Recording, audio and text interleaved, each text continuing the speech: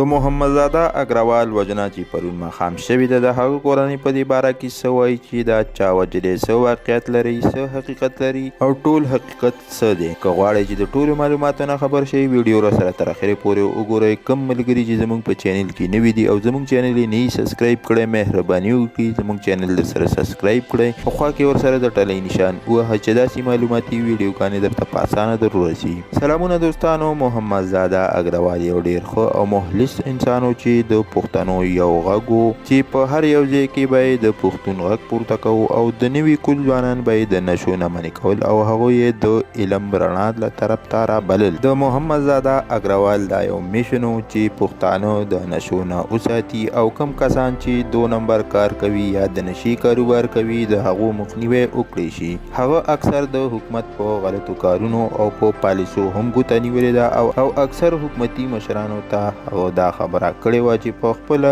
اداره کې اصلاحات راولي. محمد زاده اګروال اکثر له داسې نشو تماشو یا نورو داسې کارونو چې هغه له پښتنو دپاره ناسورو، نو په دغه وجه ډېر خلکو نه غوښتل چې محمد زاده دې ژوندی پاتې شي ځکه چې د دوی خلکو کاروبار بندول غوښتل او ویل یې چې پښتانه په داسې لاره باندې روان شي چې د علم او رڼا لاره وي. که د هغه هر یو تقریر وکتلی شي نو د پښتنو دپاره پکې یو پیغام موجود دی چې د هغه اواز د تل دپاره پرون خاموش کړی شو. ډېر پښتانه د هغه دپاره راوتلي دي چې هغه لا دې انصاف ورکړی شي او قاتلان دې زر تر زره گرفتاره کړی شي. نو حکومت لا د قاتلانو په نیولو کې ناکامه دي او قاتلان یې نه دي نیولي. دوستانو دا و د نن ورځ خبر چې در سره مشترک کړو. ویډیو در سره شیر کړئ، چینل در سره ضرور سبسکرایب کړئ. مننه کوم چې ویډیو مو را سره تر اخرې پورې وکتله او د بلې ویډیو پورې الله امان.